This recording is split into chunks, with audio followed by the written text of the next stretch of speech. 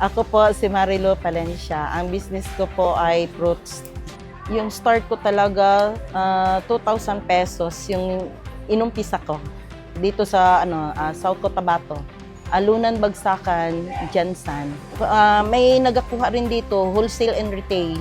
Ang prutas ko, ginadala rin namin sa Cebu, Maynila. Kasi may ako, yung shipment. Yung bagyo, ulan na papasok sa Jansan. Tapos yung mga prutas, madaling masira, ganon. May talaga problema. Mag-exam ka talaga, maghanap ka talaga ng ibang pwesto na pwede mong ma-displayhan para madali ka makarecover.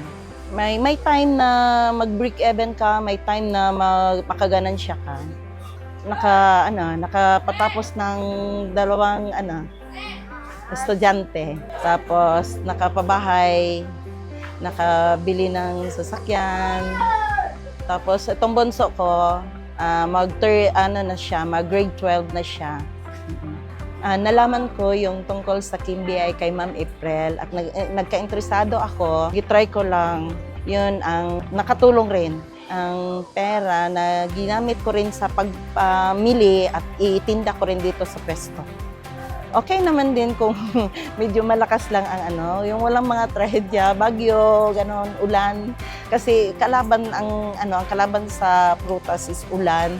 Yung aking mai-advise yung mag-ingat at ayusin paghawak ng yung negosyo, yung pera at magaling ka rin maghanap ng stocks. Ayusin mo rin pagdala yung mga customer mo para magbalik-balik.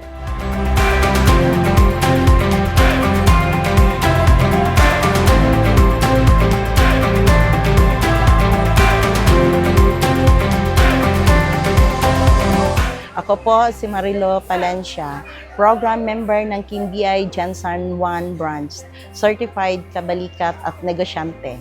Masaya dito sa KIMBI.